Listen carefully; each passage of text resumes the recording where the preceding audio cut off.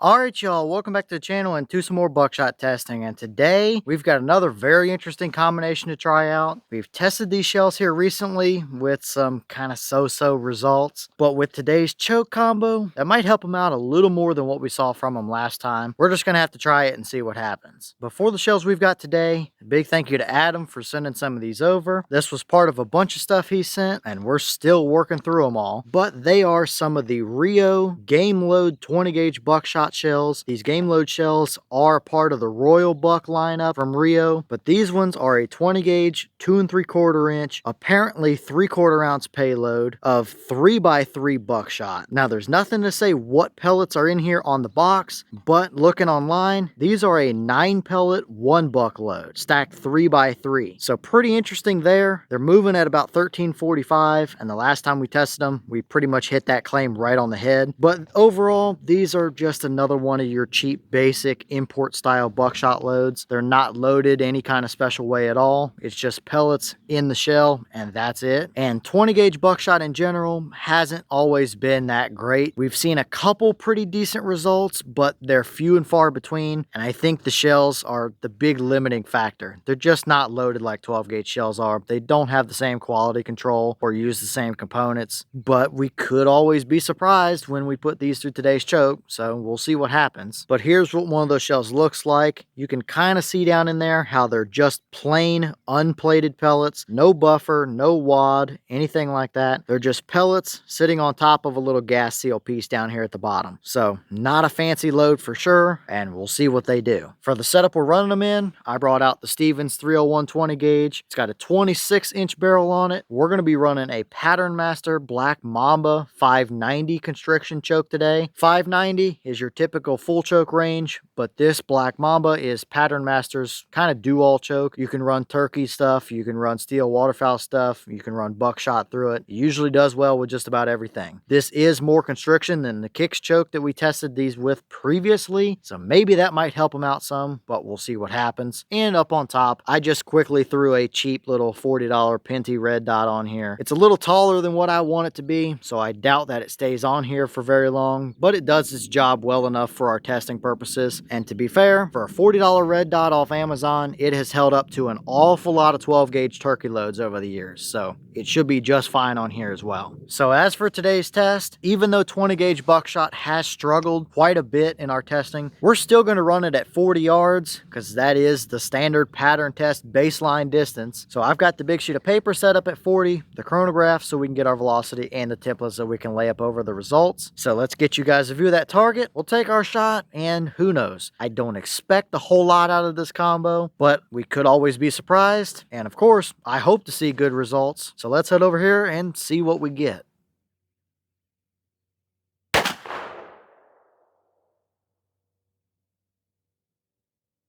Alright, that shell gave us 1311 through the chrono. Boss claim is 1345, so we are just a little bit under that number, but we're still within the ballpark, and 1311 is plenty good enough for a 1 buck load out to 40 yards. So let's head down there and see if we got some kind of usable pattern from this combo.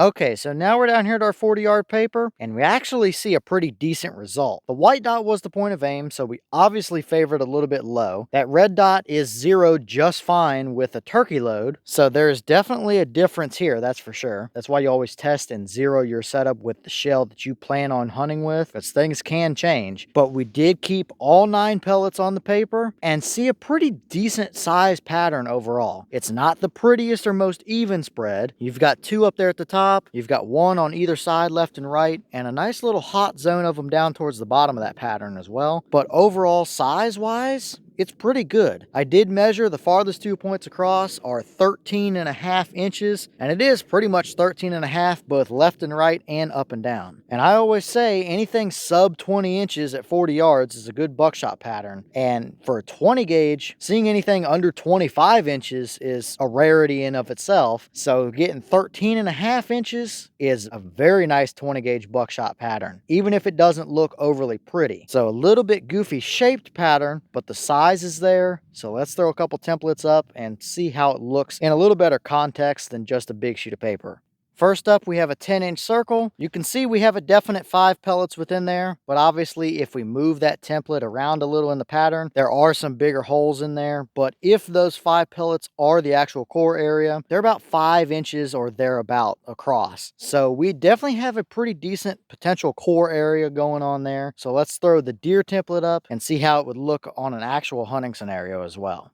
So here is that deer template, and if we give it the best benefit of the doubt we can and actually center it up with our pattern, we did have 8 of the 9 pellets that definitely would have hit him. Number 9 is right dead center above that other one that might have just barely skinned the top of his back. So maybe you count that, maybe you don't, but 8 pellets for sure, right through the vital area. That's gonna do the job for sure. Even if it's from a 20 gauge shell, a 1 buck pellet at over 1,300 feet per second, doesn't care what gauge of shotgun it comes from. The deer is not going to tell the difference. And physics are still physics. So really, I'm pretty surprised here. That is an actually usable buckshot load if you want to deer hunt with it out to 40 yards. Now, obviously, these are cheap import loads. If it were me trying to hunt with these shells, I would take several more shots and confirm whether this is the consistent result you get or not, because it may be or it may not be. This may be completely luck of the draw if we get 1 or 2 good patterns out of every 10 shells that we try, or who knows, that combo might just be legitimately good for these shells. Either way, big, massive difference there for sure, based on what we saw the last time we tested these through a kicks choke, because this is actually usable. It is a good bit more constriction as well, so once again, seems like the cheap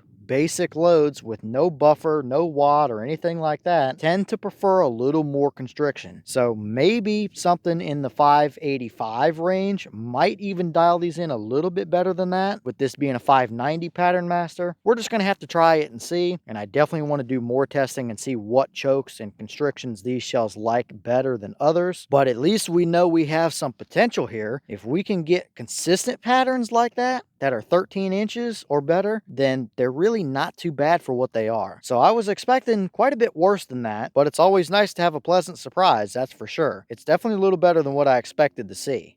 Alright y'all, well, what did you think about that result right there? It's not too bad at all for what these shells are. Cheap, basic import load with nothing fancy in the shell at all. Just unplated pellets sitting on top of a gas seal. That's it. That's way better than what I thought we could see, that's for sure. But it's always nice to have a little bit of a surprise like that. Now, if these can consistently pattern like that through chokes with that kind of constriction range, about 590 or so, then they're a pretty decent load. But they are a cheap import shell, and consistency isn't always a big factor with those type of loadings. So we'll see as we continue to test them, because I definitely think they're worth doing some more tests with, that's for sure. Maybe we do a what choke is best for type of test with these and put them through a bunch of different constrictions and see what happens. It's going to be based on what you guys want to see as to how we test these moving forward. But leave all your thoughts down below. Is that about what you expected to see? Were you a little surprised one way or the other? Have you tested any of these Rio Royal Buck 20 gauge loads? And if so, what kind of results have you seen? Is that a pattern or a combo or a shell that you would actually feel confident in using on a hunting scenario? Or would you really want to do more testing before you just take it out and or just use a different shell in general? And what other type of test do you want to see me do with those loads? Let me know all that down below. But with that being said, I've got some more testing to get done for you guys, so I'm going to get back to it. As always, we have the channel Instagram as well as the mailbox where you can send stuff if you'd like. All the information will be in the description if you're interested in it, but I'm going to get back to it. So I'll see y'all in the next one.